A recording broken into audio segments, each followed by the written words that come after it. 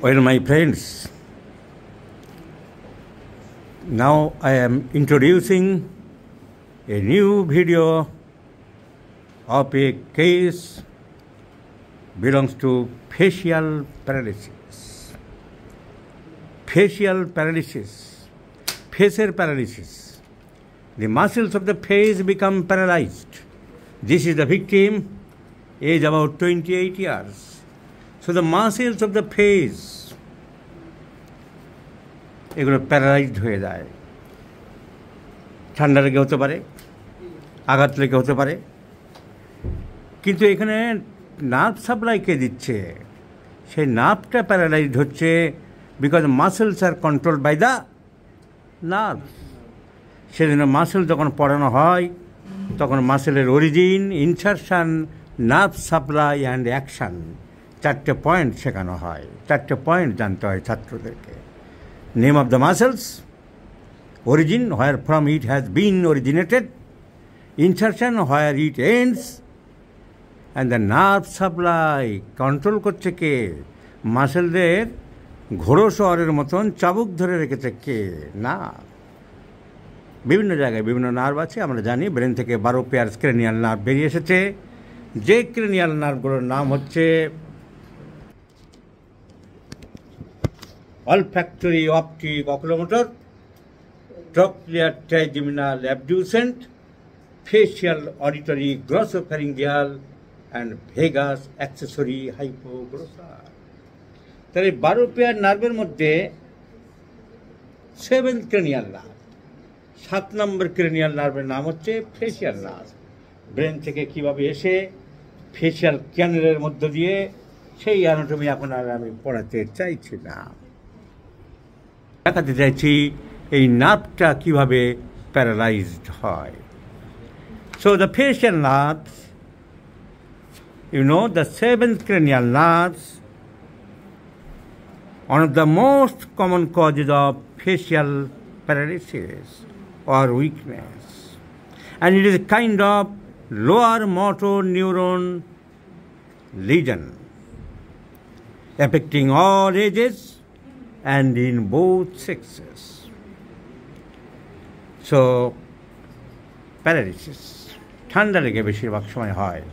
ছাদে শুয়ে আছে গ্রীষ্মকালে, শরৎকালে, তখন গরম ছিল, ভোরের দিকে ঠান্ডা লেগে সকালে ঘুম থেকে উঠে দেখে মুখটা পেকে গেছে। আমরা এমন অনেক কেস পেয়ে থাকি। Now how you will identify, how you will assess the subject is a victim of facial paralysis? কিছু সিমটম পাওয়া যায়, যে সিমটম দিকে বিচার করা যায় যে ফেসিয়াল প্যারালিসিস হয়েছে কিনা। Facial paralysis is generally not bilateral, মানে দুই দিকে একসাথে হয় না। ইট ইজ জেনারেলি ইউনিল্যাট্রাল, একদিকে হয়।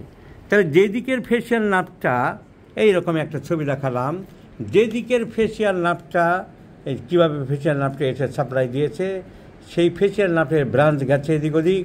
এই ফেসিয়াল নার্ভটা যেদিকে প্যারালাইজড হবে, কাজ করতে পারছে না, সেই দিকের মাসেলগুলো কাজ করতে পারবে না, সেইগুলোর মাসেলগুলো কাজ করতে পারবে না। সেই সব মাসেলগুলোর কাজ কী আছে? কপাল কোঁচকানো, কাউকে যদি কপাল কোঁচকাতে বলা হয়, কপাল কোঁচকানো। শাঁখ বাজানো, ফুঁ দেওয়া পারবে না, সেই দিকের মাসেলগুলো কাজ করতে পারবে না।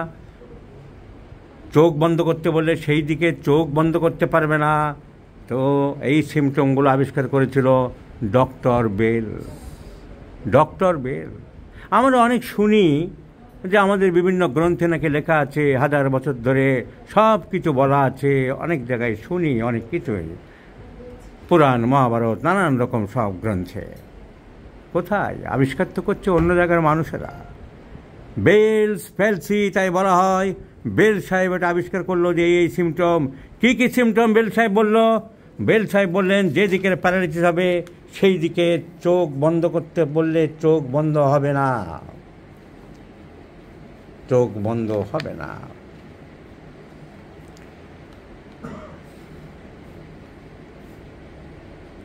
এইটা চোখ বন্ধ করতে বলা হয়েছে, এটা রাইট সাইডের প্যারালাইসিস, চোখ বন্ধ করতে পারছে না। কপাল কোঁচকাতে বললে সেই দিকের কপালটা কোঁচকাবে না। মুখ ফুলাতে বললে সেই দিকের মাসেল ফুলবে না, বাম দিকের মাসেল ফুলে আছে, বাম দিকের মাসেল ফুলে আছে। সো দাঁত বের করতে বললে সেই দিকের দাঁত বের করতে পারবে না, অন্য দিকের বাম দিকে। This is a case of right sided paralysis. দাঁত বের করতে বললে ডান দিকের দাঁত বের করতে পারলো না। মাসেল মুখ ফুলাতে বললে বাম দিকের মাসেল ফুলে গেল, ডান দিকের মাসেল ফুললো না। চোখ বন্ধ করতে বললে বাম দিকের চোখ বন্ধ করতে পারলো, কিন্তু ডান দিকের চোখ বন্ধ করতে পারলো না। All are the symptoms of facial paralysis, and doctor Bell এটা আবিষ্কার করেছে। So this is called facial paralysis. ব্যাপারটা বুঝিয়ে দিলাম। সো এখন হোমিওপ্যাথিক ট্রিটমেন্ট, এই প্যারালিসিস হলে এই জিনিসগুলো পারবে না। আমি ছবিতে দেখালাম, আমি প্র্যাকটিক্যালি রোগী দিয়ে দেখিয়ে দিচ্ছি। তোমার কোন সাইডে অসুবিধা? ডান সাইডে অসুবিধা। চোখ বন্ধ করো, ডান দিকে চোখ বন্ধ হলো না। কপাল কুঁচকাও, ডান দিকে ভ্রু তোলো, ডান দিকের ভ্রু উঠছে না। মুখ ফোলাও, ডান দিকের ফোলাতে পাচ্ছে না, পুরো বাম দিকেরটাই হচ্ছে। দাঁত বের করো, ডান দিকের দাঁত সব বেরোচ্ছে না। So this are the signs of facial paralysis. এখন হোমিওপ্যাথিক ওষুধ দেখার জন্য এবার রেপার্টরিতে কোথায় দেখব, কি করব, সে দিনের অবসান করে দিয়েছি। বই বেরিয়ে যাবে আমার, যখনই বেরোবে repertory of the non mentals, A B C D করে খালি চলে যাব face paralysis or facial paralysis or Bell's palsy. There are important medicines given: Amonphos, Causticum, Dulcamara, Zinc-Phos, Rastox, etc.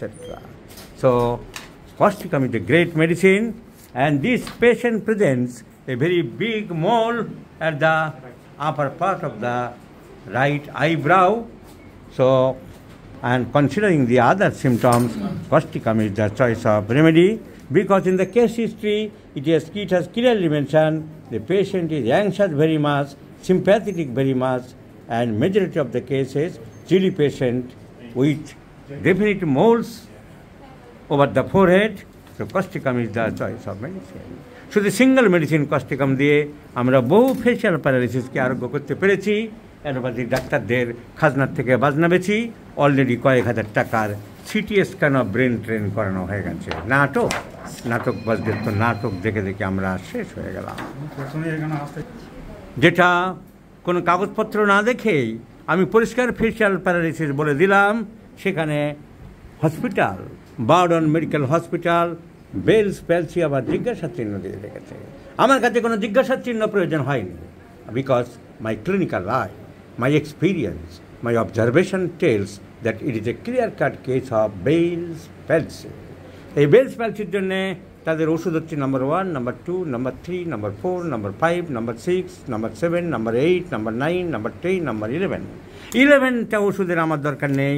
আমি একটা মাত্র ওষুধে এই পেশেন্টকে সুস্থ করে দেবো। আর এই হাজার হাজার টাকা খরচ করে MRI of the brain, MRI of the facial muscles, এইসব করার কোনো প্রয়োজন নেই। From the knowledge of anatomy, we know that the facial muscles are orbicularis.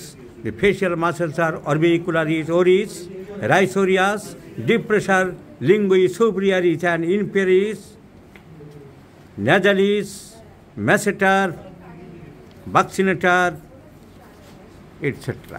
So the muscles become paralyzed, mainly buccinator and masseter.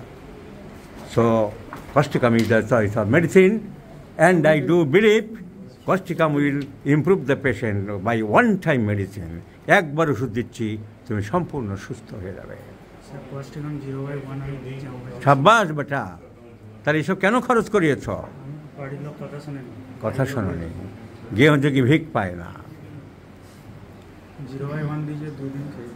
Homeopathy practitioner গ্রামের ও Causticum দিয়েছিল correct medicine, কিন্তু ভরসা না করে হাজার হাজার টাকা খরচ করেছে। নাও যে নেক্সট হায়ার পোটেন্সিস, তার Causticum যখন একবার দিয়েছে, আমরা এবারে দেবো হ্যানিম্যান স্টিংচারা সিনে অ্যাক্রিস ক্যারি হাইপোটেন্সি দিয়ে দিলাম, এবং তুমি দেখা যাবে 1 মাস পরেই সুস্থ হয়ে গেছো।